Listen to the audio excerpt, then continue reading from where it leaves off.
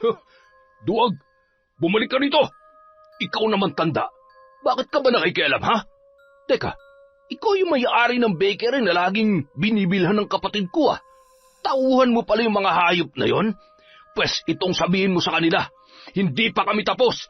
May araw rin kayong lahat sa akin. Tatay, hindi ka pa po ba matutulog?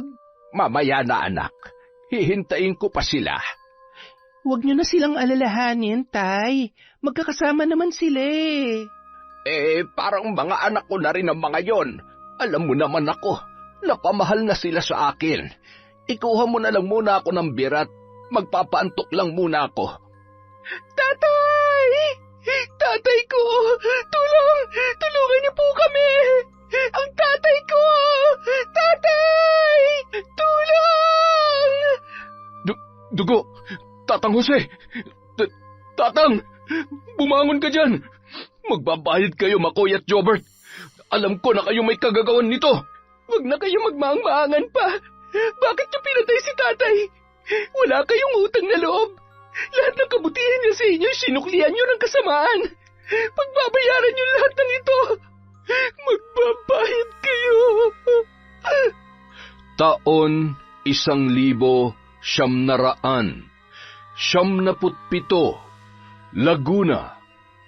Magkaakbay na pinagmamasdan ng mag-amang Jose at Erica ang harapan ng kanilang panaderya. Makalipas ang 7 taon, sa wakas ay muli na rin itong nabuksan. Salamat anak ha, dahil sa pagsusumikap mong makatapos ng pag-aaral ay nabuksang muli itong bakery natin. Tiyak na masayang-masaya nanay mo kung nasaan man siya ngayon. At malamang, proud na proud siya sa iyo, anak ko.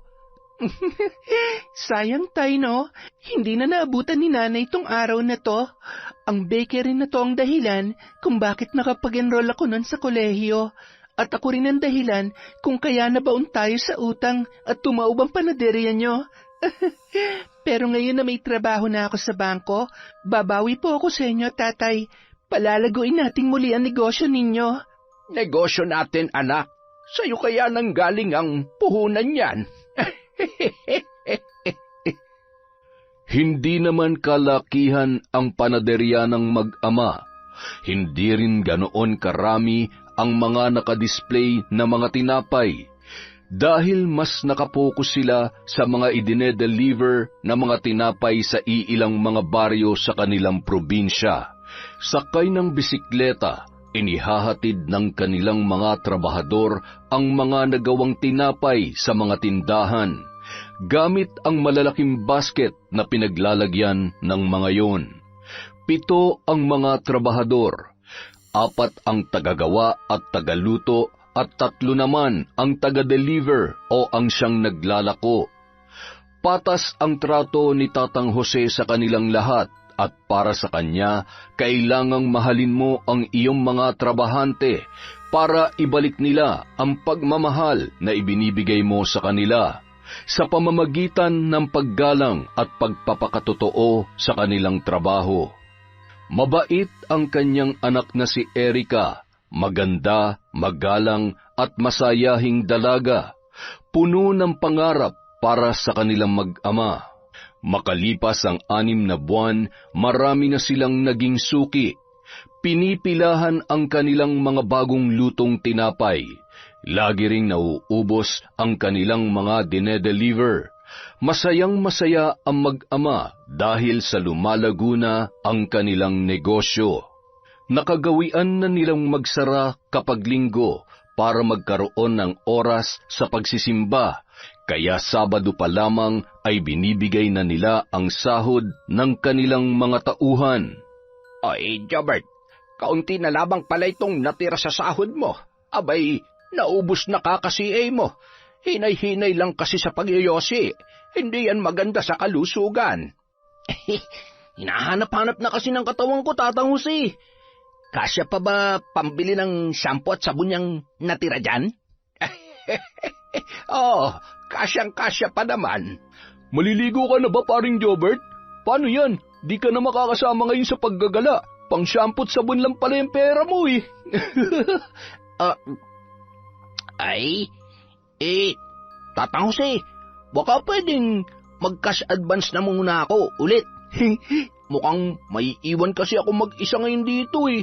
Ay nako, di sa susunod na linggo, magka-cash advance ka na naman. Sino pong magka-cash advance, Tay? Ito kasing si Jobert, magka-cash advance daw. Kakoy, baka wala na siyang sahurin sa susunod na linggo. Ganun ba? Naku, Kuya Jobert, huwag ka na mag-CA. Napakamot na lamang ng ulo si Jobert dahil mukhang hindi siya mapagbibigyan ng kanyang mga amo. Nagkatawanan naman ang kanyang mga kasamahan. Saan pa ba kasi kayo pupunta? Gabi na oh. May imimit kasi akong chick, Ma'am Erica. Pinsan daw ng suki natin. Tapos sasamahan daw ako ni Gino, Lando at Jobert. Ikaw lamang ang may kikitain. Ano naman ang gagawin ng tatlo doon? Siyempre, kapag hindi pumasa sa panlaso ko yung itsura ng babae, may gagawa ng paraan para makaalis ako. Alam niyo na. Mga loko-loko talaga kayo. Huwag kayo maglalasing ha. Baka pag uwi nyo dito, mga may sukang bakery natin. Ma'am Erica, paano naman ako? Sige na, Tay. Bigyan mo na si Kuya Jobert. Ay, nako, ikaw talaga. Pasalamat ka at malakas ka sa anak ko. Salamat talaga, Ma'am Erica. Woohoo! Walang anuman po. Basta yung bilin ko, ha? Opo, ma'am. Maliligo na ako. Hintayin niyo ako, mga pre, ha? Tingnan mo yon. Sa sobrang excited ay hindi na kinuha yung pera niya. Hoy, Jobert! Wala kang pambili ng sabon at shampoo! Nagtawanan na lamang silang lahat dahil sa inasta ng lalaki. Si Jobert ang pinakaunang nag-apply sa kanila. Binata pa at masasabi nilang isa itong makwela at masipag na baker. Madaldal naman si Makoy at kung minsan ay mapang-asar. Ang magpinsang Lando at Gino ay tipong mga tahimik lamang. Tumatawa kung may nakakatawa, ngunit seryoso pagdating sa buhay. Silang apat ay mga binata pa, galing sa iba't ibang probinsya. Sila ang stay-in sa bakery. Ang tatlong taga-deliver ay mga pamilyado na. 4 na araw lamang sa loob ng 1 linggo kung sila ay maglako. Matapos na makapagpaalam ang 4 na binata ay kumaway pa si Tatang Jose sa mga yon. Mukhang napalapit na talaga ang loob niya sa kanila, Taya. Masisipag kasi sila at saka mga hindi pasaway. Alam mo anak, bihira lang tayong makatagpo ng mga tauhan na tulad nila. Kaya dapat natin silang alagaan. Tratuhin na parang tunay na kapamilya. Oo nga, nakakatuwa nga sila, Tay. Sana wala magbago sa kanila. Sa loob ng 6 na buwan, nakitaan natin sila ng dedikasyon at pagmamahal sa kanilang trabaho. 3:00 ng madaling araw, naalimpungatan si Erica sa boses ng kanyang ama. Animo ay nag-aalala ito. Kinabahan ng dalaga dahil naririnig niya na parang may dumaraing. Mukhang nagkakagulo sa bakery na nasa unang palapag ng kanilang tinutuluyan. Dali-dali siyang bumangon at agad na pumanaog para makita kung ano ang sitwasyon doon. Tay, ano nangyayari? Si Makoy, nabugbog. Nabugbog? Bakit? Ano ba nangyari mga kuya? Hindi ko naman kasi alam na may jowa na pala yung chick na sinasabi ng suki natin. Sayang, maganda pa naman sana. Oo nga, ang ganda-ganda ng chick mo. Pero mukhang mas maganda yung mga pasamo. Sige, pagtawanan mo pa ako. Wala ka naman na itulong sa akin eh. Buti pa sina Gino at Lando, rumesbak para sa akin. Pasensya ka na ha. Hindi ko naman kasi napansin eh. Mag-ingat ka na lang sa susunod, paring Makoy. Huwag agad susugod pag di pa sigurado kung single ba o hindi na yung natitipuhan mo. Buti na lang, ay takas ka agad namin. Baka kasi may mga kasamahan din yun. Kung nagkataon, malalagot tayo dun. Ang laki pa naman ng katawan nun. Diyos ko naman, ang laki ng black eye mo, Kuya Makoy. Alam niyo, mas maiging sumama kayo sa amin bukas. Magsisimba tayo. Hindi yung kung saan-saan kayo nagpupunta tapos pag uwi nyo dito ay may mga pasapasayang mukha ninyo. Hindi na po muna ako sasama, Tatang. Nakakaya naman kung may makakakita sa mukha ko. Kami po ni Lando sasama. Oo nga po, sasama kami sa inyo, Tatang. Sasamahan ko na lang si Bakoy dito. Tapos, maghahanda din ako para sa pananghalian natin. Ay, siya, sige. Huwag na muna kayo maglalabas at baka makita kayo nung mga nakaaway ninyo. Kinabukasan, pagkatapos ng misa, magkakasama sina Erica, Jose, Lando at Gino na nagpunta sa pamilihan. Bumili sila ng mga kailangan para sa bakery. Tulong-tulong sila sa pag-aayos ng mga yon sa likod ng kanilang sasakyan.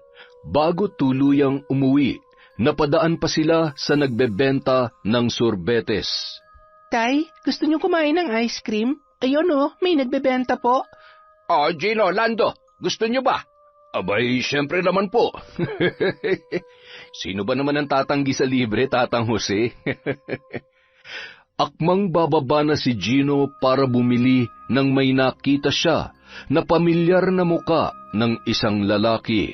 Lando, siya yun, di ba? Ay, sino naman yun, Gino? Yung nakaaway po namin kagabi. Natatakot ka ba sa mawong na yan, Gino?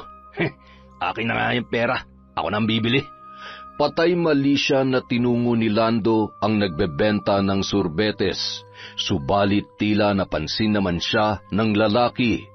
Kaagad na lumapit yon sa kanya. Samantala, sinundan ni Tatang Jose ng tingin si Lando. Natatanaw niya ang paglapit ng lalaki at ang mabilis nitong mga kilos para bigyan ng malakas na suntok ang binata. Buisit na lalaking yan. Makakatikim talaga siya sa akin. Dito ka lamang, Gino. Ako na ang bahala. Bumaba si Tatang Jose at mabilis ang mga hakbang na nagtungo sa kinaroroonan ng dalawa. Sandali! Sandali! Ano bang kaguluhan dito? Bigla na lang nanugod tong lalaking to, Tatang eh. Huwag ka nga magmaang-maangan. Alam kong nakikilala mo ako. Kagabi lang nakita tayo, hindi ba? Akmang susugurin pa sana ng lalaki si Lando nang biglang pumagitna si Tatang Jose. Teka lang muna. Pwede naman natin itong pag-usapan. Ano bang kasalanan nitong si Lando? Bakit bigla mo na lamang sinugod? Wala ka na doon, tanda. Umalis ka dyan kung ayaw mo masaktan. Anong sabi mo? Igalang mo si Tatang Jose, hayop ka! Tama na, Lando. Ako nang bahala rito. Sumakay ka na doon sa sasakyan. Duwag! Bumalik ka rito! At ikaw naman, tanda. Bakit ka ba nakikialam, ha? Teka, ikaw yung may-ari ng bakery na laging binibilhan ng kapatid ko, ah. Tauhan mo pala yung mga hayop na yon. Pas itong sabihin mo sa kanila, hindi pa kami tapos. May araw rin kayong lahat sa akin. Galit na tumalikod ang lalaki. Sinadya pang banggain ang balikat ni Tatang Jose. Tay, ayos lang kayo? Oo naman, anak. Mabuti na lamang at hindi na bumaba si Gino. Nakinig din sa akin si Lando kaya hindi na lumaki pa ang gulo. Tayo na. Umuwi na tayo. Naghihintay na sina Jobert at Makoy sa atin. Tanghali na, oh. Isang araw, biglang nagpaalam sina Lando at Gino kay Tatang Jose na uuwi muna sa kanilang probinsya. Nakatanggap kasi ang dalawa ng sulat mula sa kanilang mahal na lola. Biglaan naman yata. Sabay pa kayo. Pasensya na ho, Tatang Jose. Kailangan ho talaga kasi kami doon. Hindi naman namin matanggihan ng lola. Baka po magtampo yun. Kung gano'n ay sige. Sino ba naman ako para hadlangan ang kaligayahan ng lola ninyo? Kailan kaya kayo naman makakabalik? Babalik din kami kaagad pagkatapos ng kaarawan ni lola, Tatang. Mga 2 linggo lang kami pansamantalang mawawala dito. Kumuha na lang siguro tayo ng extra para sa 2 linggo, Tay. Mahihirapan sina Kuya Makoy at Jobert pag silang 2 lang. Oo, anak. Magpaskil ka ng wanted baker dyan sa harap ng bakery. Laking tuwa naman ni Tatang Jose nang may mag-apply na 2 panadero nung araw ding yon. Stay out ang 2 at napag-alaman niya na nakatira sa boarding house. Maayos naman ang takbo ng kanilang pagtatrabaho. Kung gaano kaseryoso sina Lando at Gino, ganoon din katahimik ang mga bagong panadero. bilang lang kung magsalita. Hindi masyadong nakikipagbiruan at kapag kinakausap ni McCoy at Jobert, parang lagi yung umiiwas. Isang araw, nagpaalam ang mga bagong panadero na magyoyosi lang muna saglit sa labas. Katatapos lamang nilang kumain noon. Parang Jobert, parang hindi ko gusto yung mga kasama natin. Akala mo kung sinong mga artista. Hayaan mo na. Ilang araw lang naman sila dito. Babalik din sina Lando at Gino. Hindi na natin kailangang makipagplastikan sa dalawang bago. Ano yan, pinagbubulong-bulungan yung dalawa dyan, ha? At Tatang Jose, nandyan po pala kayo. Namimiss lang po namin sila Lando. Ay, ganun ba? Kumusta naman ang mga bagong kasama ninyo? Maayos naman po sila magtrabaho, kaso parang may kakaiba po sa kanila na ewan ko ba? Iba kasi ang dating ng mga tingin nila, Tatang eh. Yung parang may malalim na pinaghuhugutan. Nung isang araw nakita ko silang may sinuksok sa bag nila eh. Mahabang kutsilyo. Tapos may nakaukit pa sa hawakan nun. Isang malaking letrang T. Ano kaya ang ibig sabihin nung T? Traidor? Narinig ko din sila minsan na parang may papasukin sila. Hindi ko lang magets kung ano yun eh. Basta, ang malinaw ko lang na narinig, kailangan daw nila ng malaking halaga. Mga kriminal yata yung mga bago nating kasama, Tatang eh. Ay, hep-hep. Itiko mo yung bibig mo, Jobert. Baka marinig ka nila at sumama pa ang kanilang loob. Hindi natin sila kailangang husgahan kaagad. Hindi natin kilala ang buo nilang pagkatao. Yun na nga, Tatang. Hindi natin sila kilala ng lubos. Baka isang araw, magulantang na lang tayo kasi may krimen na nangyari tapos sangkot sila doon. Itigil na natin ang usapan na ito. Isa lang ang masasabi ko. Hanggat wala naman silang ginagawang masama sa inyo, wala kayong karapatang husgahan sila. Maliwanag ba? Matino silang nagtatrabaho. Kung ano-ano yung iniisip ninyo. Araw ng Sabado, kinahapunan, nagtipon ang mga panadero para sa kanilang sahod. Magkatabing naupo sina Erika at Tatang Jose.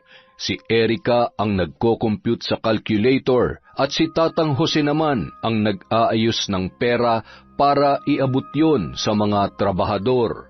Matapos maibigay ang mga sobrang may lamang pera sa 4 na lalaki, kanya-kanya na ang mga ito sa paggayak. Kuya McCoy, Kuya Jobert, saan ang lakad nyo? Dito lang kami sa loob, ma'am. Tatagay lang ng kaunti, pampatulog. Mabuti naman, hindi na kami mag-aalala ni tatay sa inyo. Akala ko kasi gagala na naman kayong dalawa eh. Ma'am Erika, may napapansin ba kayo dun sa dalawa naming kasama? Wala naman po. Bukod dun sa maangas nilang mga tato. Mukha silang mga ex-convict, no? Kapag nga kinakausap namin, hindi gaanong sumasagot eh. Hindi rin sila nagkukwento tungkol sa buhay-buhay nila. Nahihiwagaan talaga ako sa dalawang yun. Parang walang magandang gagawin sa kapwa pag nakakuha ng tiyempo. Hoy, kayo ha? Masyado kayong mapanghusga. Hindi porket may mga tattoo sila, ex-con na agad. May mga tao talagang hindi masyadong kumikibo. Tsaka, baka nag-aalangan lang silang makipagkwentuhan. Sabi naman ni tatay, maayos sila magtrabaho at nakikitaan niya sila ng kabutihang loob. Basta ma'am. Hindi talaga ako kampante sa presensya nila. Sana nga, dumating na si Lando at Gino para mawala na yung dalawa rito. Napapailing na lang si Erika dahil sa mga pinagsasasabi ng dalawa. Iniwan niya ang mga yon na magsimula ng mag-inuman. Si Tatang Jose naman, sinamahan ang dalawa. Nasa kalagitnaan na sila ng pagtagay nang biglang may tumawag mula sa labas. Nang tingnan nila yon, kumakaway na binati sila ng magandang gabi ni Lando at Gino. Akala ko ba sa susunod na linggo pa ang balik ninyo? Parang hindi nyo pa kami gusto makita ngayon, Tatang Jose Ay, hindi naman sa ganon. Halika kayo, pasok. Napaaga po ang balik namin kasi namimiss na namin ang mga harina at paggawa ng tinapay. Akala ko kami na namimiss ninyo. Sayang, nagtatagay pa naman kami ngayon. Tagay? Aba, sakto palang timing ng pagbalik natin dito. Napasarap ang kanilang tagayan ng gabing yun at napuno ng tawanan at kwentuhan. Araw ng Lunes na magsimulang muli ang trabaho. Dahil 2 linggo ang napagkasundo ang trabaho ng mga bagong panadero at ni Tatay Jose, ay 6 silang nagtrabaho sa loob ng bakery nung araw na yon. Samantala, si Tatang Jose ang nasa kaha at siya ring nag-iistima sa lahat ng mga mamimili. Kapag walang pasok si Erica sa pinapasukang bangko ay tumutulong din siya sa kanyang ama. Paring Makoy, tingnan mo yung isa ibang tingin sa kahan ni Tatang Jose. Baka may binabalak na yan. Oo nga no, pasulyap-sulyap siya Pagsapit ng tanghalian, sabay-sabay na kumain ang lahat. Si Makoy ang nakatokang magluto ng ulam at kanin nung araw na yon. Habang magana silang kumakain, biglang nakuha ang kanilang pansin na magsalita ang isang panadero. Kapansin-pansin sa mga sulyap nito ang pagiging mailap ng kanyang mga mata. Palinga-linga pa na parabang aligaga. Ayon dito, magka-cash advance daw sila dahil kailangan nila ng pera. Pinapaalis na raw sila sa kanilang inuupahan. Ang isa naman ay seryosong nakatitig kay Tatang Jose. Ayos lamang naman sa akin. Ang kaso ay kailangan ko munang ipagbigay alam yan kay Erica, sa aking anak. Alam nyo kasi, kahit sa akin nakapangalan ng bakery na ito, kay Erica pa rin ang puhunan. Ayos lang ba kung hintayin na muna natin siya? Mamayang gabi pa ang uwi niya. Medyo dismayado pa ang dalawa nang marinig ang sagot ng kanilang amo. Pero kalaunan ay tumango naman ang mga ito saka ngumiti. 5:00 ang out ng 2 lalaki, ngunit kailangan pa nilang maghintay ng 1.5 oras para makausap si Erica. Kaya naman naisipan ni Tatang Jose na bigyan muna sila ng maiinom. 1 bote ng beer para kahit papaano ay hindi sila mainip. Subalit ang beer ay nadagdagan nang magsimulang magpatak-patak sina Lando at Gino. Hanggang sa nakaubos na sila ng 3 case ay hindi pa rin dumarating si Erica. Lasing na si Tatang Jose na nauna nang umakyat para matulog. Ang tagay ay tumagal pa ng ilang oras. Lasing na ang lahat at nagkanya-kanya na ng binibidang kwento. Pati ang 2 bagong panadero ay halos tumirik na rin ang mga mata dahil sa kalasingan. Hanggang sa sina Gino at Lando ay nauna nang nakatulog habang nakasampa sa mesa. Sina Jobert at Makoy naman panay pa rin ang pakikipag-inuman sa mga bago nilang kasamahan. Nag-iba na rin ang pakikitungo nila sa mga yun dahil napagtanto nila na masarap palang makipagbiruan at makipagkwentuhan sa dalawa. Lasing na sila hanggang sa nagkasayawan na at nang mapagod ay nagkanya-kanya na sa pagtulog. Madaling araw na nang makauwi si Erica. Galing sa birthday party ng isang kaibigan. Alam niyang hindi na siya hinintay ng ama dahil nakapagpaalam naman siya rito na malelate siya ng uwi nung araw na yon. Naku naman, naiwan na naman nilang bukas ang pinto sa bakery. Hay nako, mga lasing siguro. Kinabukasan, malalaki ang ngiti ng 2 bagong panadero dahil nakapag-CA na rin sila. Ang sweldong pang 1 linggo na hindi pa napagtatrabahuhan ay bayad na. Dahil nga sa naging magaan ang loob ni na Makoy at Jobert sa mga ito, ay napagkasunduan nilang sama-sama nang mag-day off nung araw na yon. Sina Gino naman at Lando ay nagpaalam din na aalis. Kinagabihan, mag-aalas 9 na, ngunit wala pa ring nakakauwi sa mga lalaki. Nag-aalala naman si Tatang Jose at baka kung ano na ang nangyari sa mga yon. Tay, hindi ka pa po ba matutulog? Mamaya na ako, anak. Hinihintay ko pa sila. Huwag niyo na po silang alalahanin, Tay. Magkakasama naman po sila eh. Parang mga anak ko na rin ang mga yon. Alam mo naman ako, napamahal na sila sa akin. Ikuha mo na lamang ako ng beer at magpapaantok lang muna ako. Kumuha naman ng malamig na serbesa si Erica sa loob ng refrigerator at iniabot niya yon sa kanyang ama. Heto na po, mauuna na rin akong umakyat, Tay ha. Maaga pa po kasi ako bukas. Sige anak, good night. Good night po, Tay. Makalipas ang 2 oras, lasing na si Tatang Jose, samantala wala pa rin ang kanyang mga trabahante. Umiikot na ang paningin ko makaakyat na nga at mukhang hindi ko na sila mahihintay pa. Saan ba kasi nagpunta ang mga batang yon? Pasuray-suray na umakyat ang matanda, nakalimutan niya ng ilak ang pintuan. Pagkatapat niya sa kanyang silid ay natumba yun. Natawa pa siya sa kanyang sarili nang siya ay bumangon. Ganito yata talaga kapag tumatanda na. Humihila ng mga buto-buto. Tinamahan talaga ako sa beer na ininom ko Dahan-dahan niyang binuksan ang pinto ng silid at kinapa ang switch ng ilaw. Akmang pipindutin niya na sana yon para pailawin nang biglang may sumakal sa kanya mula sa likuran.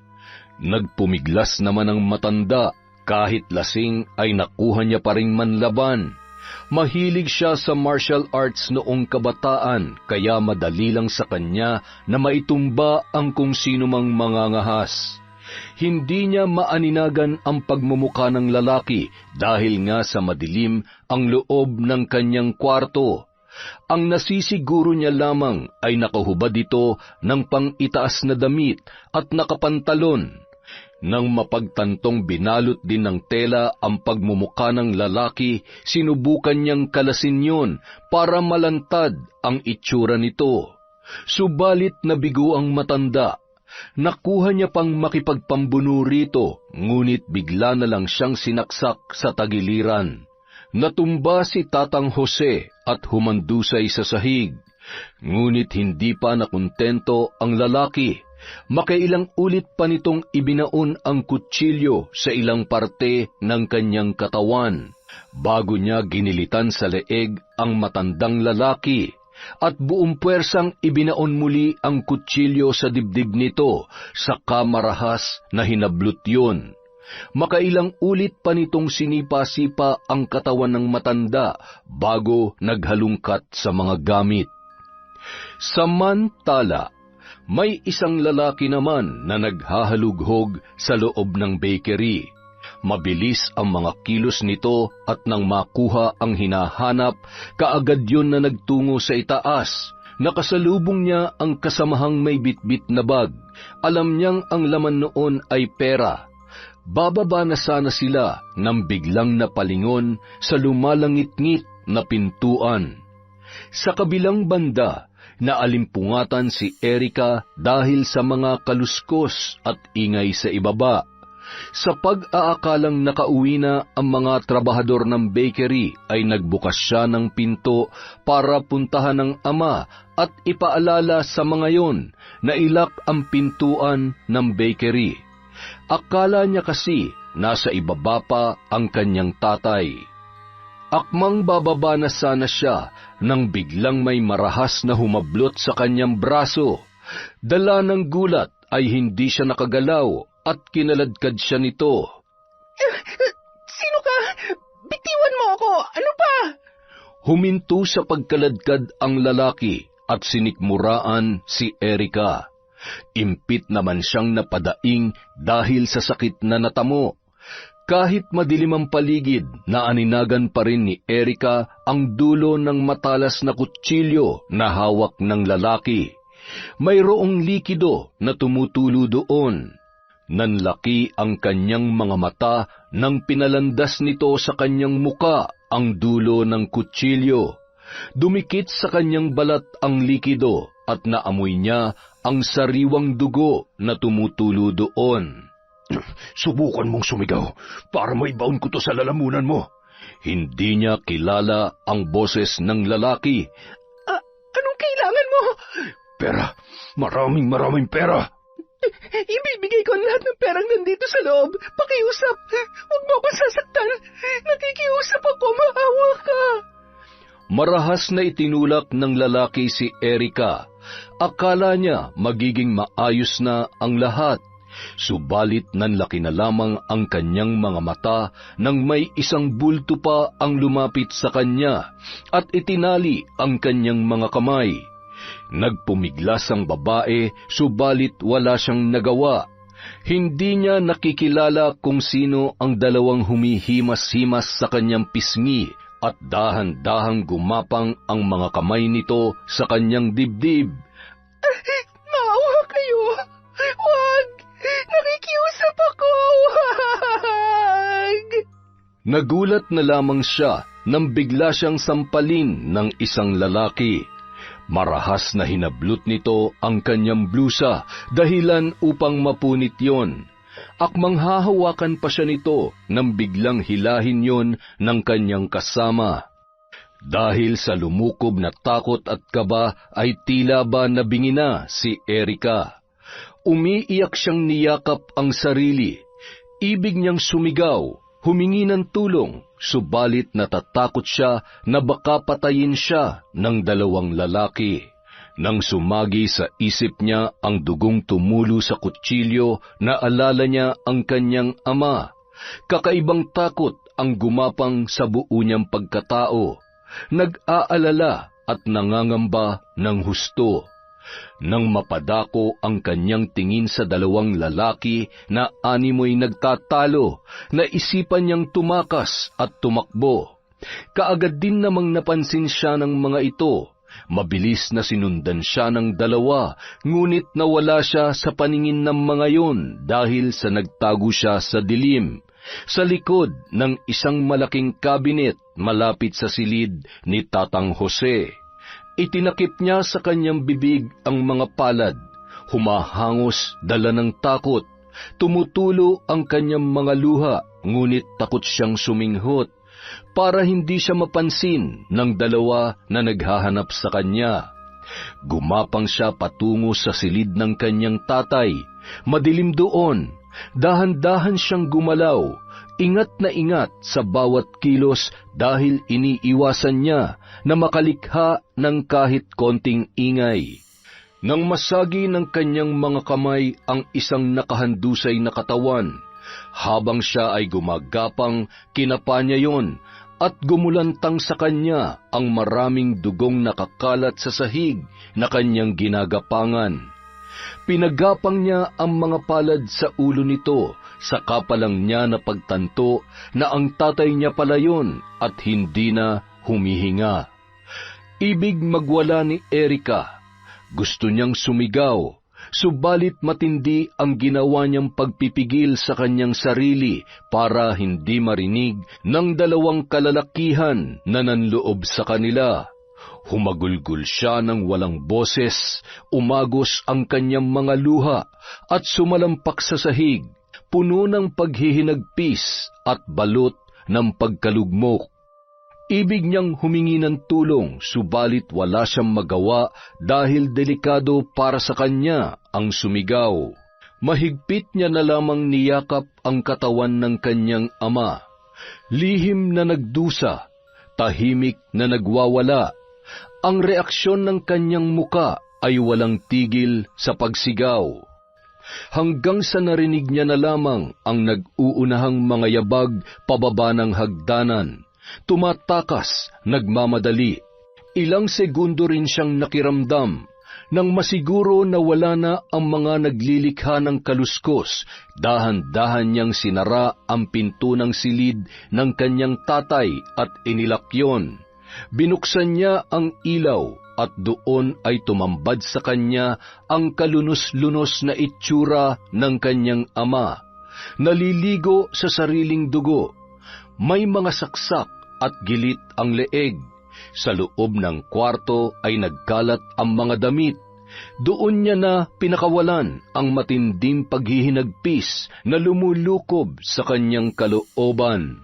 Tatay! Tatay ko! Tulong! Tulungan niyo po kami! Ang tatay ko! Tay! Tulong! Samantala, nagtataka naman sina Gino at Lando dahil sa mga taong nakikiusyoso sa labas ng bakery. Mayroon ding mga pulis. Nagmamadali silang lumusot sa mga nagkukumpulan at nagpapalitan ng haka-hakang mga kapitbahay. Kaagad silang pumasok sa loob at nagulat pagkakita kay Erica. May bahid ng dugo ang suot nitong damit. Umiiyak habang kinakausap ng mga pulis. Ma'am Erica, ano po nangyari? Kuya Gino, wala na si tatay. Pinatay siya. Kuya Lando, wala nang mahal ninyong amo. Iniwan niya na tayo. Diyos ko, sinong gumawa nito sa kanya, Ma'am Erica? Hindi ko sila nakilala, pero nasisiguro kong mga lalaki sila. Dalawa lang ang napansin ko. Hindi rin ako sigurado kung may mga kasama pa sila. Tinangay nila ang perang pinaghirapan ni tatay. Wala akong nagawa. Nasaan si Tatang? Nasa taas. Nasa kwarto niya. Bumaling naman kaagad si Erica sa mga pulis na nagtatanong sa kanya para mag-imbestiga. Mabilis ang kilos ng dalawang lalaki. Pinuntahan ang pinakamamahal nilang amo. Nang masilayan nila ang kalunos-lunos na nangyari dito, hindi nila mapigilan ang mapaluha. Masakit na masakit para sa kanilang dalawa ang nangyari sa matanda. Itinuring na kasi nila yon bilang parang tunay na ama. Ramdam nila ang pagtitiwala nito sa kanila, ang pagmamahal at pag-aalala sa tuwing may kinasasangkutan silang problema. Tang, nagbibiro lang kayo, di ba? Hindi to totoo, di ba? Bumangon ka dyan. Bangon na. Sana hindi na lang kami umalis. Hindi sana to nangyari sa inyo, Tatang Jose. Matapos na masilip ang bangkay ng matanda, pinuntahan nila muli si Erica na humahagulhol pa rin. Nais nilang protektahan ang dalaga. Ayaw nilang iparamdam dito na nag-iisa lamang siya. Ma'am, ano po ba talaga nangyari? Ikinuwento ni Erica ang lahat ng kanyang mga nasaksihan. Siguro nanlaban si Tatang kaya pinatay siya ng mga kawatan. Alam niyo naman ang tatay. Hindi yan basta-basta nagpapatalo. Kaso, baka nalasing siya. Uminom kasi sila habang naghihintay.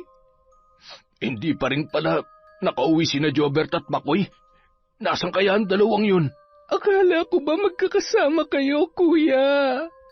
Magkakasabay lang kaming umalis pero magkaiba ang lakad namin. Yung mga bagong panaderong kasama nila. Saan naman kaya nagpunta ang mga yun?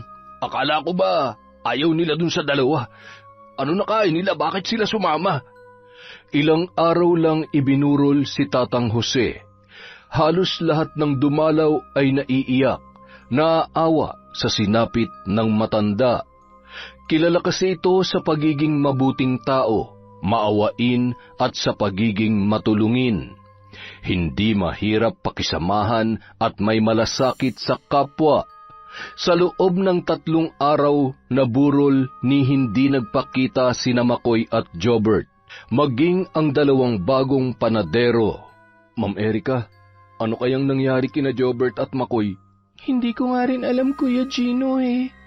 Ayaw ko mang isipin pero parang nagdududa na ako sa kanila. Ako rin. Kasama sila ng mga suspect ko. Kung wala silang kasalanan, dapat nagpakita na sila. Wala tayong ebidensya. Baka ayaw lang nilang masali sa investigasyon. Ayaw nila ng gulo, ganon. Ayaw masali sa investigasyon? Kung wala silang ginawa, bakit sila matatakot? Saka kung sila man yung nanloob, makikilala ko sana ang boses nila. Nakausap ko kasi yung isa. Ang nakapagtataka lang, bakit naging kadikit nila yung mga bagong panadero? Di ba nasabi nila sa atin na hindi nila gusto ang presensya ng dalawang yun? Kasi nga parang may masamang binabalak. Tama. Teka, di ba lagi may daladalang kutsilyo yung isa dun sa dalawa? Naikwento sa akin ni paring Makoy yun eh. Kutsilyo? Sandali. Mukhang ang kutsilyong tinutukoy ni paring Makoy ay yung kutsilyong naiwan ng mga nanloob sa hagdanan. Hindi nga lang nakitaan ng fingerprints kasi mukhang nakaglabs ang humawak nun. Tama, yun nga. May letter T na nakaukit sa mismong hawakan ng kutsilyo. Biglang kumabog ang dibdib ni Erika. Naiwan ng mga kawatan ang kutsilyong ginamit sa pagpatay sa kanyang ama. Kung totoong sila man, pagbabayaran nilang ginawa nila sa tatay ko. Hindi ako papayag na hindi sila managot. Nasa likod mo lang kami, Ma'am Erika. Kailangan maipaalam ka agad ito sa mga otoridad. Hindi ako makakapayag na malaya silang nagsasaya samantalang naagrabyado nila ang tatay ko. Hindi iniwan ng dalawang lalaki si Erika. Kapatid na ang turing nila dito at ang gusto rin ng dalaga ay ipagpatuloy ang pag-operate ng panaderya. Yun na lang kasi ang tanging naiwan ng kanyang mga magulang na kailangan niyang buhayin. Sa patuloy na pagdaan ng mga araw, hindi pa rin nakukuha ni Erika ang hustisya para sa kanyang pinaslang na ama. Naging abala na rin siya sa mga importanteng nilalakad, kaya parang hindi na sila gaanong nakakapagkwentuhan ni Gino at Lando sa tuwing araw ng linggo. Ma'am Erika, wala pa rin po bang balita kung nahanap na yung apat? Wala pa nga kuya eh. Mukhang nagtatago talaga sila. Hindi na rin daw nakauwi yung dalawang panadero sa boarding house, pero yung mga gamit nila doon, hindi naman daw kinuha. Hindi na sila manghihinayang sa mga gamit nila. Sa laki ng halagang nakuha nila sa inyo, ma'am. Makakabili na sila ng bago. Ay, bakit kaya nagawa ni na paring Jobert at Makoy ang bagay na yun? Mga walang utang na loob yun ah. Hindi pa naman tayo nakakasigurong sila nga. At kung sakali man, hindi ko sila mapapatawad. Oh, Kuya Gino, matamlay ka yata. Iba kasi ang pakiramdam ko, Ma'am Erika eh. Para akong lalagnatin. Nako, uminom ka ng gamot. Heto, Kuya Lando, pasuyo naman oh. Pakibili mo naman ng gamot si Kuya Gino oh. Patuloy pa rin ang pangarap ni Erika na palaguin ang panaderya.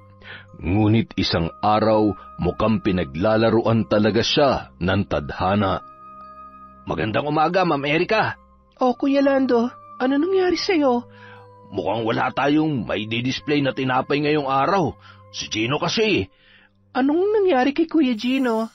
Hindi ko rin alam kung ano nangyayari sa kanya. Basta na lang kasi siya bigla nang isay eh. Tumirik ang mga mata niya tapos kung ano-anong mga sinasambit. Mataas na mataas ang lagnat niya. Dalhin na kaya natin siya sa ospital? Ay, Diyos ko, baka kung ano pa mangyari sa kanya, kuya. Kaagad nilang sinugod sa ospital si Gino. Nagdedeliryo na yon ng husto. Dugo! Tata Jose! Tan! Bumangon ka dyan! Magbabayad kayo, Makoy at Jobert. Alam kong sangkot kayo sa pangyayaring ito. Kawawa naman si Kuya Gino. Ilang araw na siyang ganyan na. Mataas ang lagnat niya pero base sa mga pagsusuri ng doktor, normal naman ang vital signs ni Kuya Gino. Ma'am Erika, pwede bang iuwi na lamang natin si Gino? Doon ko na lang siya aalagaan sa bahay. Masama na rin kasi ang pakiramdam ko eh. Kuya Lando, ang pula ng mukha mo. Kailangan mo na rin yata magpa-check up. Dahil sa wala namang nakitang mga komplikasyon ang doktor, iniuwi nila si Gino. Nanginginig at wala yun sa sarili. Si Lando naman ay namanas ang buong katawan. Ano ba nangyayari sa inyo? Bakit kayo nagkakaganyan? Ma'am Erika, pasensya ka na ha. Naging pabigat pa kami sa'yo. Hindi naman kami makakabiyahe pa uwi ng probinsya sa kalagayan namin. Nakakahiyaman pero sana'y payagan mo kaming dumito na muna. Kuya Lando, pamilya tayo. Kahit pa sabihing amo nyo lang ako, huwag kayong mag-alala. Hindi ko kayo pababayaan. Maraming salamat po, ma'am. Kaya lang kuya, mukhang hindi ako makakauwi ng ilang araw. May importante kasi akong kailangang ayusin sa trabaho. Ayos lang ba kung may iwan ko kayo? Ako na lamang ang bahala dito, ma'am. Dala ang sasakyan. Nakangiti pang kumaway si Erika kay Lando para magpaalam. Tapos ay pinaharurot na nito ang sasakyan papalayo. Matindi ang pagkabog ng kanyang dibdib nung mga oras na yon. Kailangan niyang makasiguro.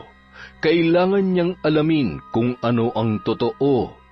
Ilang oras din siyang nagmaneho hanggang sa nakarating siya sa isang liblib na baryo. Dinala siya ng kanyang mga paa sa harap ng isang luma at malaking bahay. Hindi pa siya kumakatok ay lumangit-ngit na ang pintuan. Nagbukas yun at bumungad kay Erika ang kabuuang anyo ng isang matandang babae na nagngangalang Veron. Iha, nagbalik ka. Pasensya na po, pero may mga katanungan po kasi ako.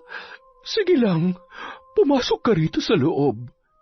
Iginala ni Erika ang kanyang mga mata sa loob ng bahay ng naturang babae. Wala pa ring pagbabago sa ayos nito. Simula noong dumalaw siya, 1 linggo na ang nakakalipas. Nagkalat ang mga patay na dahon, mga sanga at ilang mga bote. Mayroong mga nakakabit na mga sungay ng patay na hayop sa bawat sulok ng bahay. Nang tingalain ni Erika ang 2 palapag, ay napupuno yun ng alikabok at agiw na sa palagay niya ay hindi na naaakyat pa ni Veron. Walang masyadong kagamitan sa loob. Ang naroroon lang ay isang mesa na mayroong mga nagkalat na kandila. May malaking altar din. Mayroong rebulto ng kung anong nilalang. Ano na ngang may paglilingkod ko sa iyo, iha? Nagawa niyo na po ba? Oo, naipalipad ko na ang unang pasakit ko sa kanila. Sigurado po ba kayong sa tamang tao dumapo ang sumpa ninyo? Bakit? Pinagdududahan mo ba ang kakayahan ko? Iha, hindi pa ako pumalya ni isang beses. Pero... nag-aalinlangan ka ba? Pwede naman nating bawiin ang barang sa mga taong yon. Naguguluhan po kasi ako. Malinaw naman pong sinabi ko na padapuan nyo ng hindi may paliwanag na sakit ang mga taong pumaslang kay tatay. Kaya lang ay, bakit sina Kuya Gino at Lando ang nagkasakit? Hindi ko po maintindihan. Nagkataon lang ba talaga o sila nga may kasalanan? Pero bakit po? Isa lang ang ibig sabihin niyan, iha. Kailangan mong masiguro kung ano ang totoo, hindi ba? Ano kaya kung ituro ko sa iyo ang mga nalalaman ko, pero sa isang kondisyon? Talaga po? Handa kayong sanayin ako sa pambabarang? Sige po, anong kondisyon ang hihilingin niyo? Ang kakayahan ko ay hindi basta-basta natututunan. Ito'y pinagsusumikapan. Binubuhusan ng atensyon, oras at panahon. Matanda na ako at hindi ko alam kung hanggang kailan na lamang ang ilalagi ko sa mundo. Kayang-kaya ko pong gawin yan. Lahat ay kaya kong gawin para sa ikatatahimik ko, para sa katahimikan namin ng tatay ko. Kailangan kong may paghiganti ang pagkamatay niya. Kahit pa ang kapalit ay ang iyong trabaho, hindi lang basta oras ang bibilangin natin para lubusan mong matutunan ang kakayahan ko. Maaaring linggo, buwan, o hindi kaya ay umabot ng taon. Depende sa taglay mong determinasyong matuto, iha. Walang pag-aalinlangan na pumayag si Erika sa suhestyon ni Veron. Kahit noong unang kita niya dito ay natakot siya, ngunit ngayon, mas nanaig sa kanya ang kagustuhang matuto. Isang kilala ang nakapagsabi sa kanya tungkol dito. Nabanggit din sa kanya kung saan makikita ang nasabing mambabarang. Kahit natatakot ay naglakas loob siyang tunguhin ang lugar na yon para makahingi ng tulong. Pinabarang niya ang mga taong nanloob sa kanila. Hindi niya alintana ang kaba noong una silang magkita dahil buo ang loob niya na magpatulong rito. Kailangan mong bumalik dito. Dala ang ilang mga gamit ng yumaong mong ama. Yung mga huli niyang ginamit o nahawakan bago siya namatay. Bakit po? Akala ko ba tuturuan niyo ako? Nais mong makasiguro, hindi ba? Pues sa pamamagitan ng gamit niya, malalaman ko kung sino nga ba ang nangahas na pumatay sa kanya, para ikaw mismo ang magpataw ng parusa. Nang araw ding yun, umuwi si Erika. Pagdating niya sa bahay, sinilip niya ang dalawang lalaki. Nakahiga ang mga ito, hindi pa rin nawawala ang kanilang nararamdaman. Kung kayo man na may kagagawan nun, dila niyo lang ang walang latay. Lintik lang ang walang ganti. Napansin naman siya ni Lando. Ma'am Erika? May kukunin lang ako, Kuya Lando. Kumusta naman kayong dalawa dito? Eto, medyo hirap pa rin akong gumalaw, pero kahit papano ay nagagawa ko namang makapagluto at makapagwalis-walis. Si Gino naman, hindi nagaanong nanginginig. Alagaan niyo po ang sarili niyo, ha? Baka kasi matagalan pa bago ako makabalik. Huwag niyong kalimutang uminom ng gamot. Kayo na munang bahala dito sa bahay. Ma'am Erika, salamat po sa pag-intindi sa amin. Walang anuman, Kuya Gino. Magpagaling po kayo. Sa pagbalik ni Erika sa tahanan ni Veron, dala niya na ang tsinelas ng kanyang ama. Suot-suot yon ng matanda nang matagpuan niyang tadtad yon ng saksak. Mamayang hating gabi, kung saan sisilay ang kabilugan ng buwan. Malalaman mo na kung sinong nangahas na patayin ang iyong tatay, iha. Pagsapit ng hating gabi, seryosong inilatag ni Veron ang mga kagamitan niya sa pagsasagawa ng ritual. Isang ritual kung saan maglalakbay ang kanyang diwa sa huling mga sandali ng buhay ni Tatang Jose. Sinimulan niya ang pagbanggit ng mga katagang may malalim na kahulugan. Hindi yon naiintindihan ni Erika, subalit naghahatid yon ng kilabot sa buo niyang katawan. May ibinulong-bulong din si Veron sa tsinelas bago inilapag yon sa ibabaw ng mesa, ngunit hindi niya yon binibitiwan. Habang nakapikit ang mga mata, isinasalaysay ni Veron ang mga naganap noong gabing yon, mula sa pag-inom ng matanda hanggang sa pagpatay rito, pati na ang ginawa ng mga lalaki kay Erika. Nagtalo silang dalawa. Hindi nagustuhan ng isa ang balak ng isa na pagsamantalahan ka. Sa pagtatago mo, napagtanto nilang oras ang kanilang kalaban. Kailangan nilang makalayo, makatakas.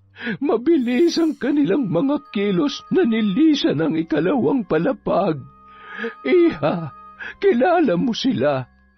Pilit lang na iniba ang boses ng isa para hindi mo makilala. Mga panadero ng inyong panaderya.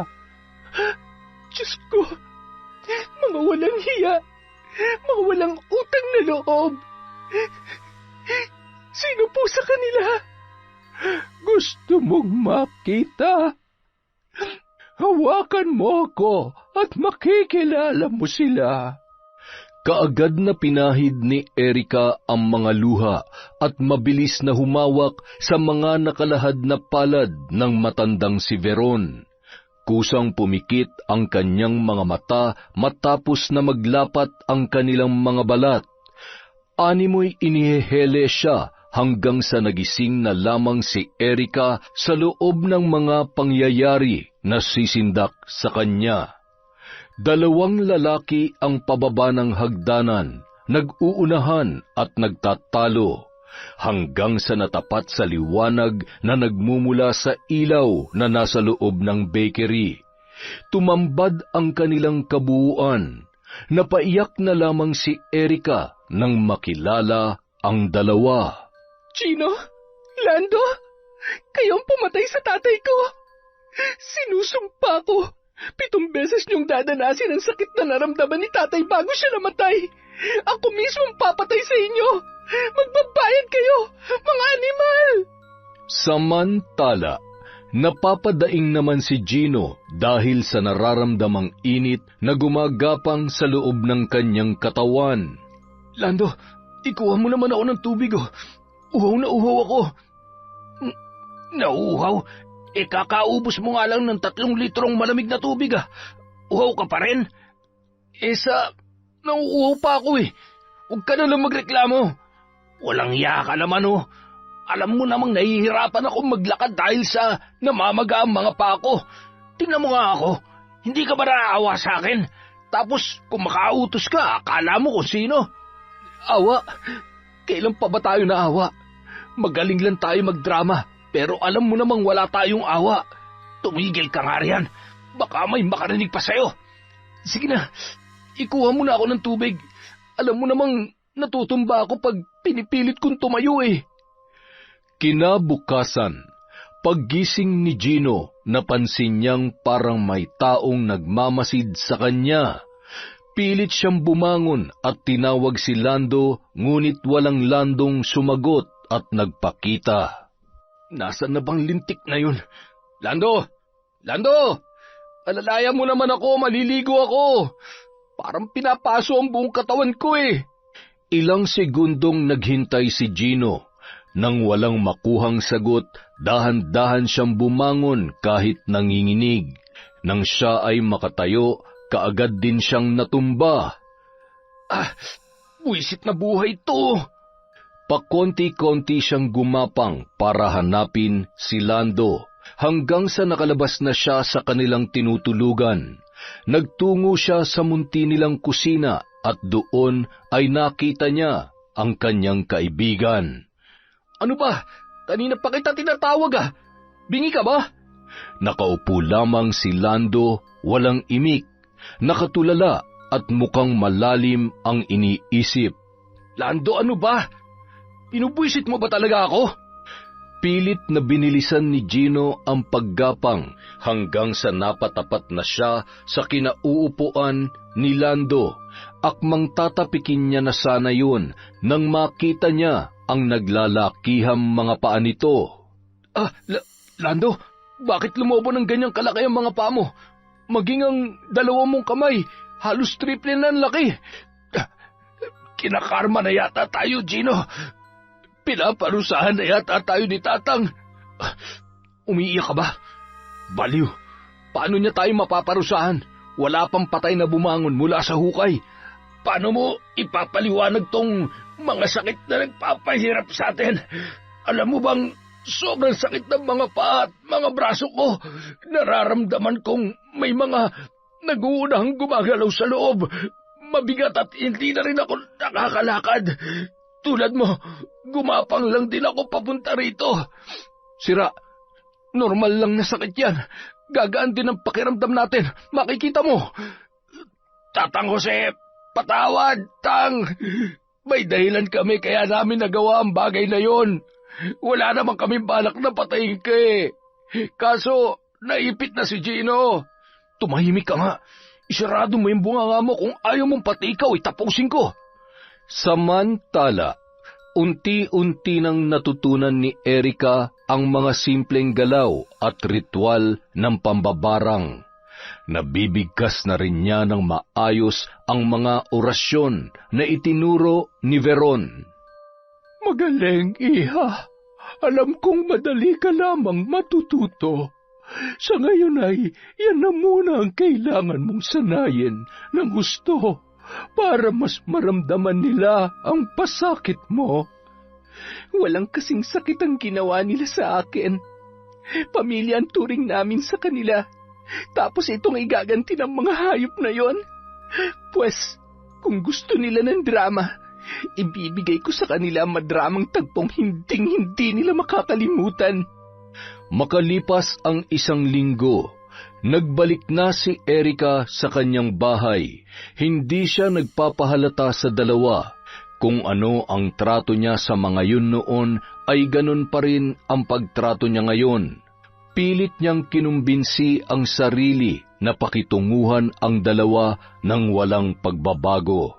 Ma'am Erica, salamat naman at dumating ka na. Oo, pasensya na kayo. Natagalan ako, ha. Sandali. Ano nang nangyayari sa'yo, Kuya Lando? Bakit ganyan kalaki ang mga kamay at paa mo? Si Kuya Gino, kumusta? Ma'am, nakikiusap po kami. Kailangan na naming magpunta ng ospital. Ay, sige ho, dadalhin ko kayo para naman malaman natin kung ano ang lunas sa mga sakit ninyo. Matalim ang mga titig ni Erica sa dalawa na ipinagmamaneho niya pa ng sasakyan. Lihim siyang napapangisi dahil sa nakikitang paghihirap ng dalawa.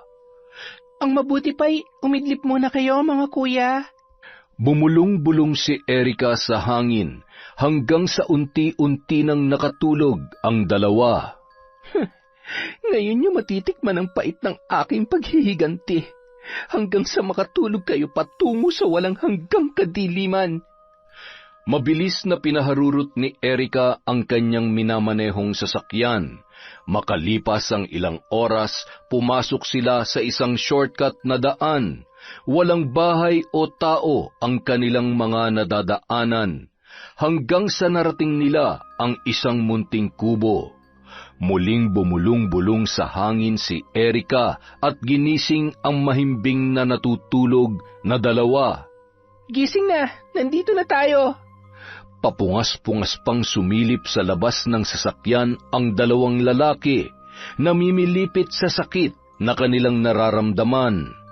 Nasaan na po tayo, Ma'am Erica? Lumabas na kayo riyan. Diyan sa loob ng kubo naghihintay ang magpapagaling sa inyo. Albularyo? Dinala mo kami sa bahay ng isang albularyo, Ma'am Erica. Salamat naman. Baka siya nang makakatulong sa amin.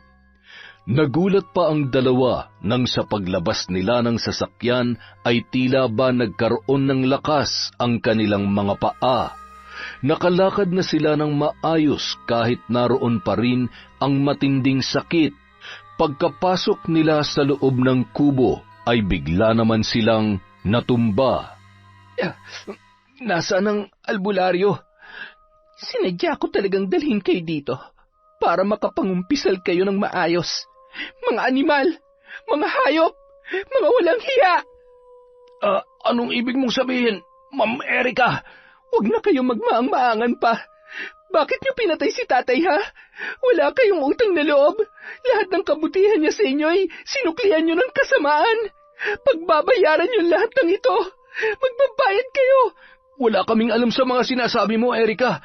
Malinaw naman na yung mga bagong panaderong pumatay kay Tatang. Kutsilyo nila nakitang ebidensya. Kitang-kita naman yun ang mga mata mo, hindi ba? Hindi niyo na mabibilog ang ulo ko. Sabihin niyo na ang totoo kung bakit niyo pinatay ang tatay ko. Ang galing niyo rin, ano? Napaikot niyo ako sa mga kamay niyo para hindi ako maghinala sa inyo. Mga walang utang na loob. Wala kaming dapat aminin. Wala kaming kasalanan. Nahihibang ka na, Erica.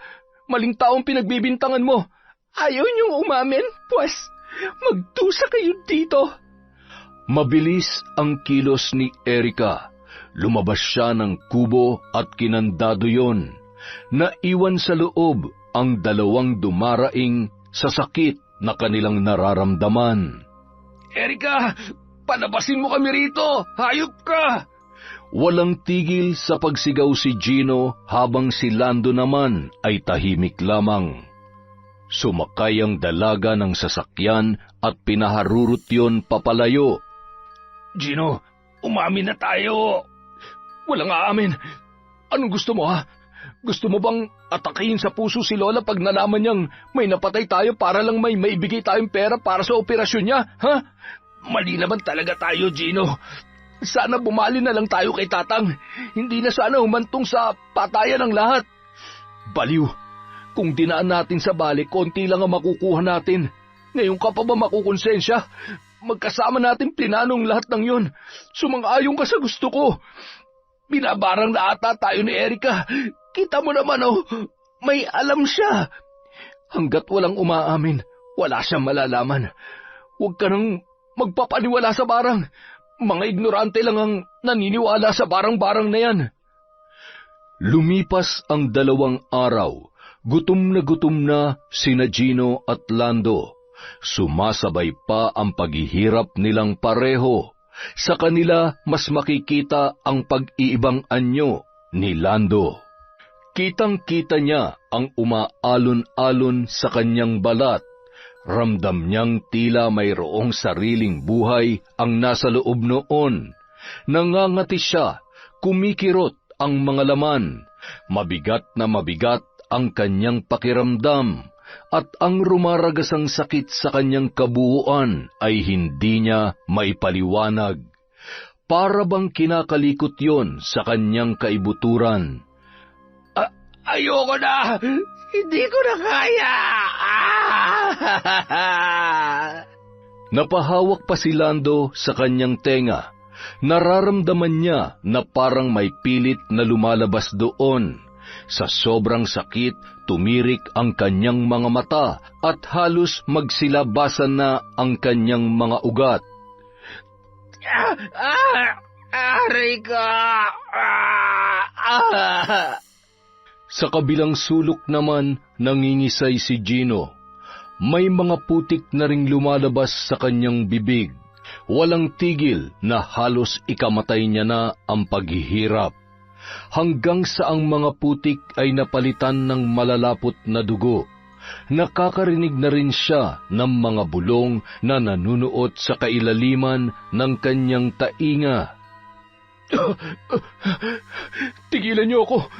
Lubayan niyo ako! Napapatakip na rin siya sa kanyang tenga dahil pakiramdam niya ay sumisidhi ang kirot sa mga bulong na kumakalikot doon.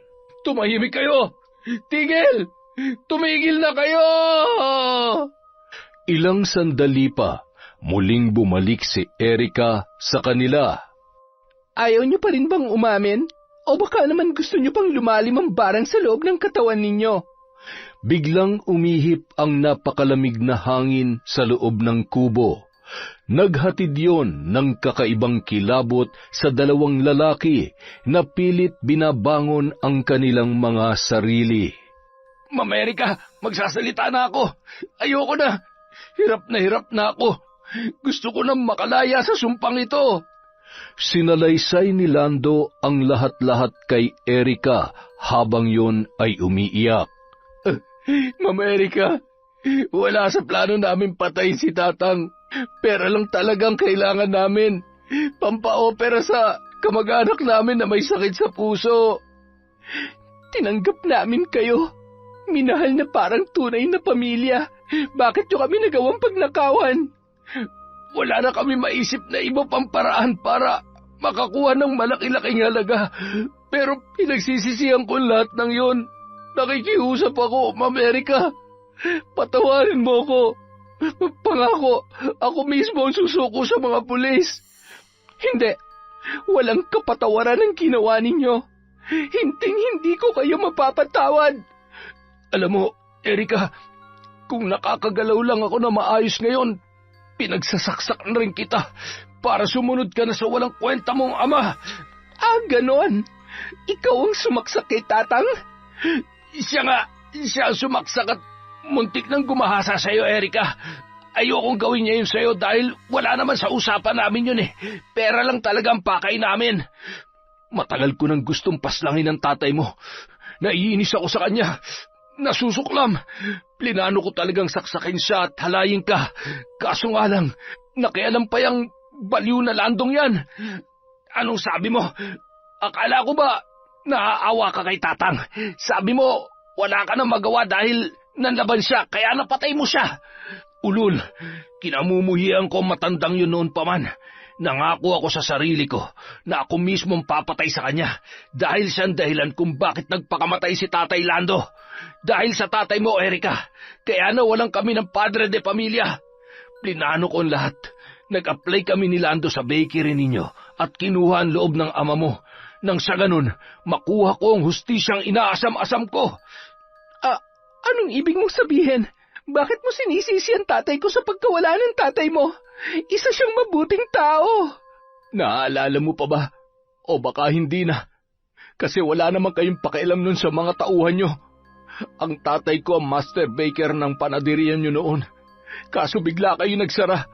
Tumao ba negosyo ninyo dahilan upang mauwi si tatay sa probinsya? Baon na baon sa pagkakautang dahil hindi kayo nagbayad sa ilang taong pagtatrabaho niya sa inyo. Oo, pinapasweldo nyo nga sila kaso hindi nyo ibinigay ang perang dapat na ibayad nyo sa loob ng ilang taong paninilbihan niya sa inyo. Alam yan ng tatay mo dahil siya mismo may-ari ng bakery. Nagbingi-bingihan si Tatang Jose kahit na ilang beses nang nakiusap si tatay. Nalugmok ang tatay ko sa probinsya namin hanggang sa nawala sa sariling katinuan na humantong sa kanyang pagpapatiwakal. Ngayon mo sabihin, mabuting tao ang tatay mo, Erika. Hindi na nakapagsalita pa ang dalaga. Naaalala niya ang kanilang master baker. Ilang beses niyang nakitang nakiusap yun sa kanyang ama. Ang kaso, gipit na gipit din sila at baon din sila sa pagkakautang. Pero hindi sapat na dahilan yon para patayin mo si Tatang. Sapat na sapat, Erika. Tatay ko nawala. Dapat lang na maranasan din ni Tatang Jose ang sakit na naramdaman at paghihirap na naramdaman ng tatay ko noon. Ma'am Erika, labas na ako sa paghihiganti ni Gino. Oo, magpinsan kami pero wala akong alam sa mga plano niyang yan. Pakiusap, itigil mo ng pagpapasakit sa akin. Ngayon din ay kusa ako isusuko ang sarili ko sa mga kapulisan. Baliw ka talaga, Lando. Napakahina ng kokote mo. Sa ginagawa mo niyan, tiyak mabubulok ka sa kulungan. Mas mabuti na mabulok sa bilangguan kesa sunugin sa impyernong kaluluwa ko. Oo, mahina ang kokote ko. Napakatanga ko dahil naging sunod-sunuran ako sa'yo. Mabuti nang mamatay ako dito kaysa makulong. Erika, siguruhin mo lang na may papakulong mo ko dahil kung hindi, babalikan kita. Isusunod kita sa tatay mong pinagpipiestahan na ng mga uod sa ilalim ng lupa. Umiiyak sa galit si Erika at nanginginig. Pero hindi niya ipapahuli sa mga pulis si Gino. Kailangan siya ang tumapos sa buhay nito. Kailangan mabigyan niya ng katarungan ang pagkamatay ng kanyang tatay. Pagsisisihan mo ang araw na nakilala mo ako, Gino. Hindi ka makakatulog at uusigin ka ng husto ng konsensya mo sa ginawa mo sa tatay ko. Dinala ni Erika si Lando sa presinto. Doon ay sumuko ang lalaki at inilahad ang totoong mga nangyari. Ang kanyang mga lumulobong paa at binti, mga braso at kamay ay hindi pa rin humuhupa. Maging ang sakit na kanyang nararamdaman ay hindi pa rin naghihilom. Kinagabihan, dinalaw ng isang panaginip si Lando. Nakita niya si Tatang Jose, seryoso yung nakatingin sa kanya. Tang, patawarin mo ako. Pinagsisisihan ko ng gusto na gawa namin. Pinapangako kong nagsasabi ako ng totoo. Si Gino, siya ang pasimuno ng lahat ng ito. Ninakaw niya ang kutsilyo ng bagong baker. Itinago niya at ginamit para paslangin kayo. Nang sa ganun ay sila mapagbintangan. Kaso, hindi na sila nagpakita. Silang apat. Nawala na lamang na parang bula. Hinagod pa ni Tatang Jose ang likod ng umiiyak na si Lando. Saka niyakap yun ng mahigpit. Bigla namang nagising ang lalaki. Hilam sa luha ang kanyang mga mata. Tang!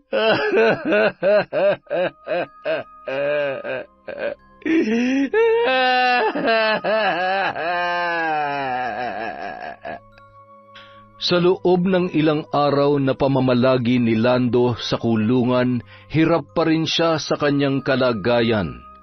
Lagi niyang napapanaginipan si Tatang Jose na siya ay binabantayan. Hanggang sa ang lumolobo niyang mga braso at binti ay unti-unti nang humuhupa. Nawala na rin ang mga tila gumagalaw na kung ano sa loob noon. Nakahinga na ng maluwag si Lando nang tuluyan ng nanumbalik sa dati ang kanyang kalagayan. Salamat, Ma'am Erika. Salamat sa pagbawi ng sumpa ng barang sa akin. Sa kabilang banda, hindi mapakali si Gino. Sa loob ng kubong kinalalagyan, impit siyang napapasigaw. Dahil sa palakas ng palakas ang mga bulong na umiinog sa kanyang buong pagkatao. Dala ng patindi ang kirot na rumaragasa sa buo niyang katawan, biglang nanlabo ang kanyang paningin. Napadapa siya sa loob ng kubo hanggang sa nagpagulong-gulong dahil pakiramdam niya ay pinupunit ang kanyang balat. Naninikip yon. Nakita niya ang iilang mga insektong dumapo sa kanyang mga binti at braso. Nagulantang na lamang siya nang biglang bumaon sa loob ng kanyang katawan ang mga insektong kulay berde na kasinlaki ng mga langaw. Hindi niya alam kung ano ang tawag sa mga insektong yon dahil unang pagkakataon niya na makasilay ng ganoong uri ng mga insekto. Nahihindik na pinagpag ni Gino ang mga binti at braso. Ganoon na lamang ang pagbilog ng kanyang mga mata nang makitang umaalon-alon ang kanyang balat na animoy nagpupugay ang mga insektong pumapaloob doon.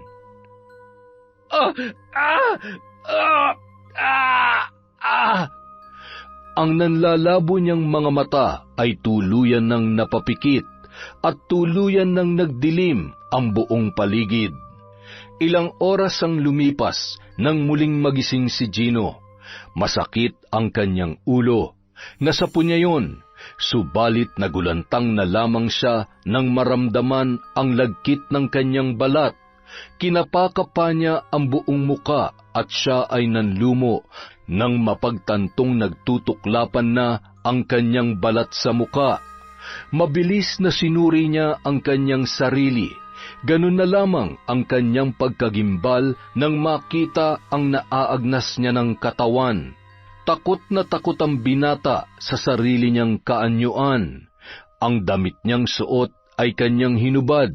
Nakakaramdam siya ng sakit sa bawat pagkilos at paggalaw. Nang mahubad na ang kanyang damit, napapaiyak na lamang siya na itinapon yun. Nakadikit pa ron ang kanyang mga natuklap na balat at ang katas ng mga yon. Naamoy niya ang kanyang sarili at nasuka na lamang siya sa nakakasulasok na amoy na lumulukob sa kanya. Patayin mo na lamang ako, Erika. Hindi ako hihingi ng tawad sa iyo.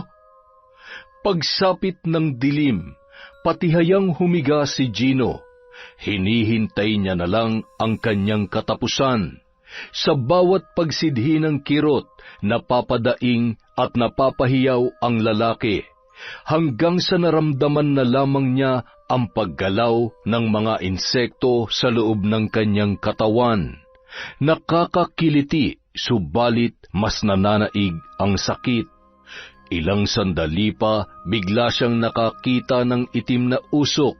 Lumipad yon palapit sa kanya hanggang sa lumukob yon sa kanyang katawan. Malakas siyang napasigaw, parang hinihiwa ang bawat himaymay ng kanyang kalamnan. Hindi niya maipaliwanag ang sobrang kirot na kanyang nararamdaman. Biglang bumula na lamang ang ilang parte ng kanyang naaagnas na katawan. unti-unting lumabas doon ang mga insekto. Buhay na buhay ang mga yun, matataba at malulusog. Muli siyang nagpakawala ng malalakas at sunod-sunod na paghiyaw. Hirap na siyang huminga, subalit patuloy pa rin ang kanyang pagwawala. Hanggang sa naramdaman niya na may lumabas sa kanyang bibig na isang malaking alupihan. Sunod-sunod na nagsilabasan ang mga insektong kulay berde. Dumoble ang dami ng mga ito. Tila ba nanganak ang mga yun sa loob ng kanyang katawan. Wala na siyang ibang maramdaman nung mga oras na yun, kundi ang walang kasing sakit na paghihirap na tumutupok sa buo niyang pagkatao. Unti-unting napunit ang kanyang balat. Bumaha ng dugo sa kanyang kinahihigaan. Nangisay siya ng lubusan hanggang sa unti-unti nang kumalma ang kanyang katawan. Nagsiliparan ang mga insekto, tila nagbubunyi, dahil sa wakas ay naisakatuparan na ang kanilang misyon. Tumigil ang pangingisay ng binata. Hirap na siyang gumalaw. Ang tanging nagawa na lamang niya ay ang tumitig sa bubong. Nakanganga, mulat na mulat ang mga mata at tuluyan ng nalagutan ng hininga. Samantala, umiiyak na hinipan ni Erika ang mga nakasinding kandila. Nasa loob siya ng kanyang silid habang isinasagawa ang ritual ng barang para tapusin si Gino. Tapos na. Sapat na mga araw na pinagdusahan mo ang iyong mga kasalanan. Doon sa impyerno, lulunurin ka at tutupukin ka ng umaalab na apoy.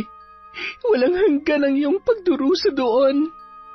Magkakasunod na katok ang pumukaw sa kanyang pansin.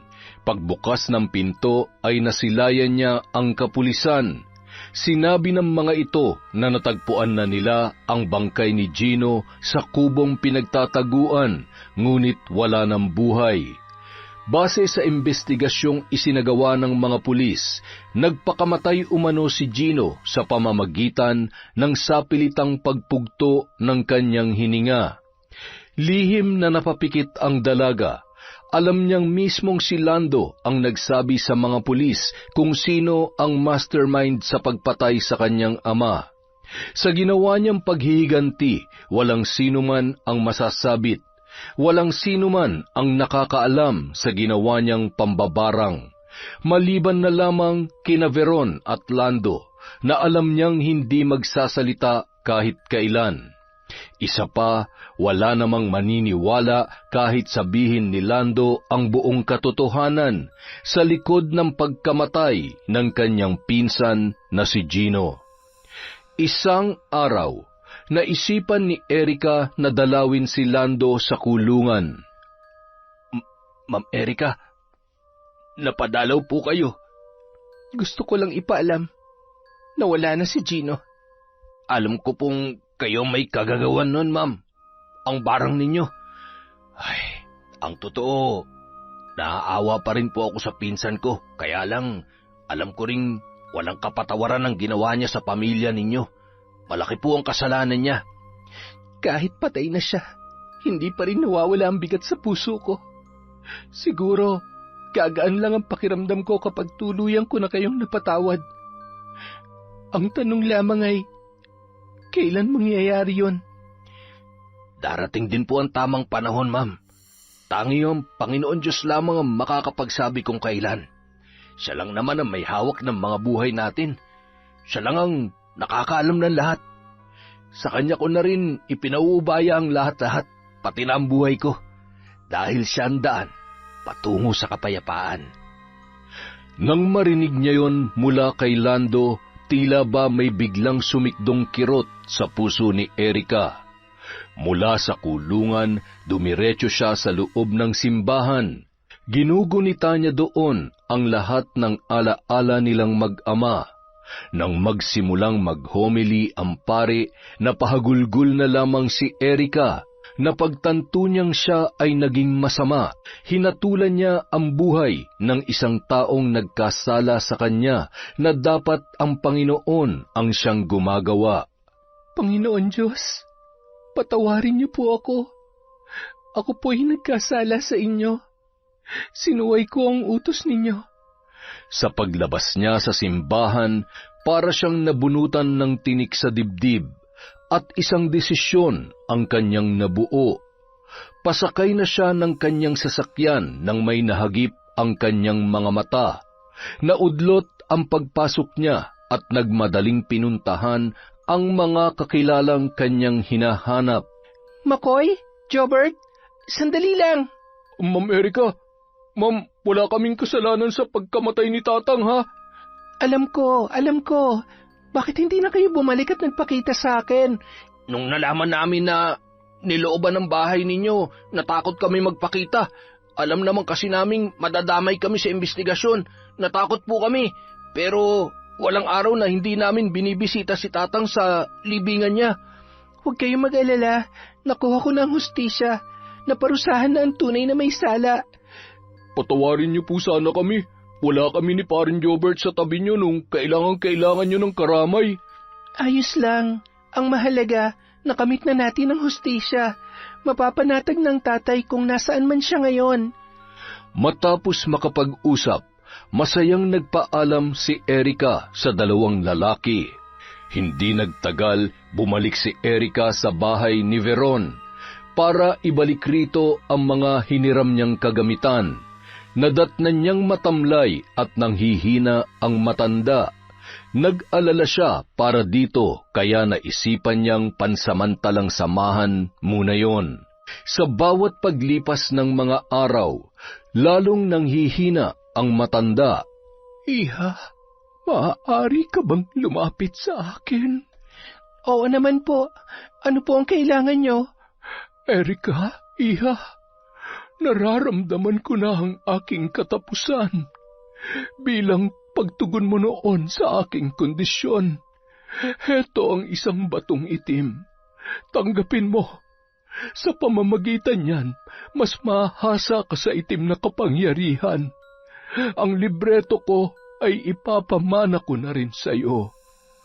Gustuhin mang tanggihan ni Erika ang nais ng matanda ay hindi niya magawa. Mayroon silang kasunduan na kailangan niyang panindigan. Alam ko na nag-aalinlangan ka pa. Gusto ko na magpahinga, iha. Hindi ko malilisan ang mundong ito hanggat walang tumatanggap ng itim na bato. Dahil yan ang tanda at gabay ko kung paano ko naging isang dalubhasang mambabarang. Kung mapapasayo ito, lahat ng kakayahan ko ay mamanahin mo. Magiging isa ka ring mahusay na mambabarang katulad ko. Wala namang aapi sa iyo at sa mga mahal mo sa buhay dahil kayang-kaya mo na silang protektahan. Pag tinanggap ko po ba yan, magiging panatag na ang kalooban niyo? Oras na tanggapin mo ito, mapayapa na akong lilisan sa mundo. Matapos natanggapin ni Erika ang itim na bato, nawalan na rin ng buhay si Veron. Nanay Veron, salamat po. Dahil sa inyo nakamit ko ang hustisyang akala ko ay malabo na. Bilang pasasalamat, ililibing ko kayo dito sa likod bahay niyo. Alam kong hindi mo gugustuhin mapalayo dito. Magpahinga na po kayo. Ako na po ang bahala sa inyo. Umiiyak na naghukay ang dalaga sa likod bahay. Inilibing niya roon si Veron at isinama niya sa hukay nito ang mga inihabilin niyang kagamitan sa pambabarang sa dalaga. Pasensya na po kayo, pero hindi ko na po ipagpapatuloy ang pambabarang. Sapat nang nagamit ko ito ng isang beses. Ibabaon ko po ito kasama ninyo. Maraming salamat po sa lahat ng inyong tulong. Tinatanaw ko po yung napakalaking utang na loob. Biglang kumulimlim ang kalangitan. Kasabay noon ay ang pagkulog at pagkidlat. Hindi ko alam kung yan ba ang inyong tugon sa mga sinabi ko. Kung natutuwa ba kayo o hindi. Ang alam ko po ay mali na ipagpatuloy ko pa ang isang bagay na alam kong hindi makatarungan. Sana maintindihan niyo ako, Nanay Beron. Mabilis na tinabunan ng dalaga ang hukay. Nag-alay din siya ng dasal para sa matanda. Diyos nang bahala sa atin. Ipagpasa Diyos na lamang po natin ang lahat. Kasabay ng malakas na pagbuhos ng ulan ay ang pagdaloy ng masaganang luha mula sa mga mata ni Erika. Ibinuhos niya sa pag-iyak ang kanyang pagdadalamhati sa pagkawala ng matandang naging parte ng kanyang buhay. Nang humupa ang malakas na ulan, inayos ni Erika ang kanyang sarili. Nilisan niya na ang lugar na yon nang may ngiti sa kanyang mga labi.